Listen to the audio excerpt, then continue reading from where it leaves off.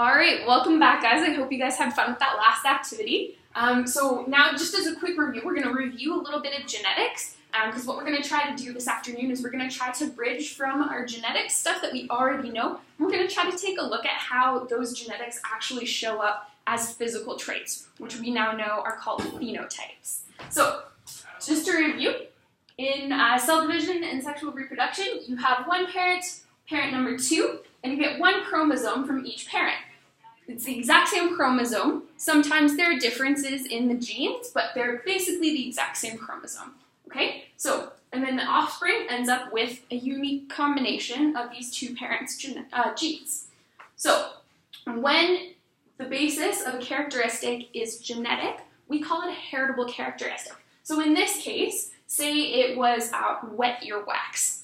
So say parent 1 had wet earwax and parent 2 had dry earwax.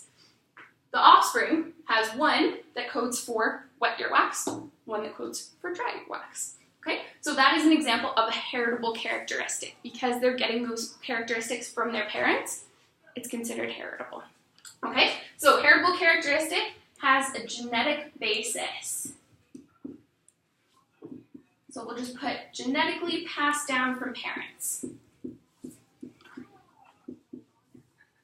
Oops. All right. Okay. And then if we're talking a bit of a non-heritable characteristic, if we know that this is genetically passed down from parents, what do you guys think maybe a non-heritable characteristic would be? Well, the answer to that is that a non-heritable characteristic is something that's acquired usually from an interaction with the environment. So, for example, we talked this morning about some non-heritable characteristics, and somebody came up with the example of getting a scar from falling and tripping and hurting your knee. So if you fall and get a scar, are you going to be able to genetically pass that on to your kids? No, right? Because it just came from a one-time interaction, and it's not involved on a genetically level. So we're going to put that a non-heritable characteristic occurs from an interaction with the environment.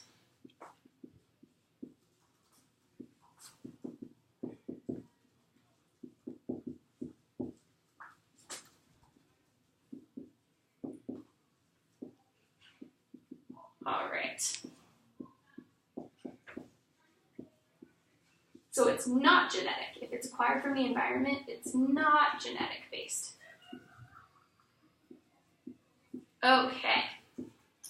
Now, it's important, just as a side note, to note that not all heritable characteristics are not affected by the environment. Sometimes you have something that's heritable that then is acted on by the environment that then changes that appearance of that physical characteristic as well. So, to kind of explain the genetics behind a heritable characteristic a little bit better and kind of predict what physical characteristics we can find, we're going to talk about a guy named Gregor Mendel. So, Mendel was an Austrian monk who lived in the 18th century. He really liked plants, really liked plants, so much so that he spent 8 years studying pea plants of all things. It's a little bit crazy, right? So, what he did was he took a pea plant. We're going to have to imagine that these are right colors because I don't have the right colors, unfortunately. So he took a pea plant that produced yellow seeds. So this is going to be our yellow seed. Okay? So this is what we call the phenotype because this is the physical appearance.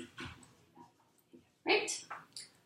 But the genotype is actually a little bit different. So this is a parent one. So for our purposes, we're going to call this a purebred pea plant. So it means it got the same genetics from both of its parents. So we're going to call it YY.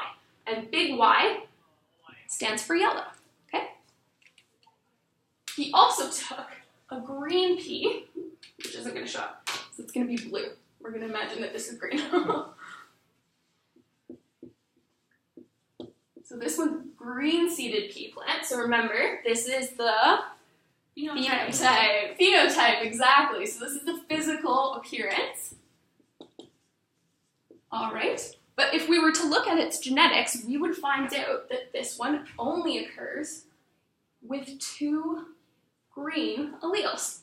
So if we remember from the other day when we talked about alleles, alleles are just a very specific area of one chromosome And so we normally call those genes, but an allele is a variant of a specific gene. So usually there's 2 variants. So we'll call this variant 1. This is the yellow variant, and this is the green variant, okay? So this one is called the dominant variant. And then this one is the recessive allele. So when we have one of these combined, when we get our genetics, right? Remember, we get one of these from one parent, and one of these from another. We get Y, big Y, little y. So Mendel actually figured this out and figured out that if he crossed pea plants, this was the genotype he got. So he was a little bit weirded out at first because he thought that there would at least be some green plants, but there wasn't.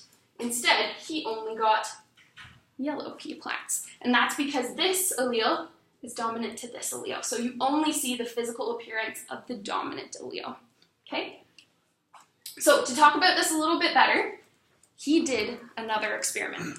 He took 2 of these plants that had a big Y, little y genotype and crossed them. He used something that we now call a punnett square. So I'm going to show you guys how to draw a basic punnett square. So a punnett square just looks like this, okay? And what you do is you draw parent 1 on one side. So this is parent 1 here. And then we're going to put parent 2 up here. Okay? And I'm just going to write it so that it's a little easier to see the genes, okay?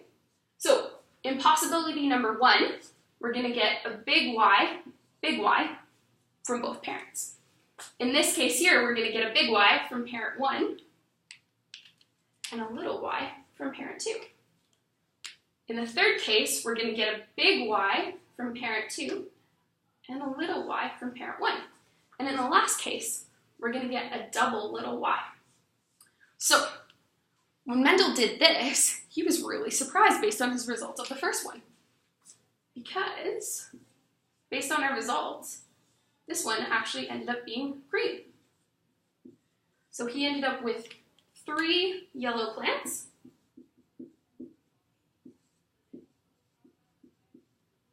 and 1 green one.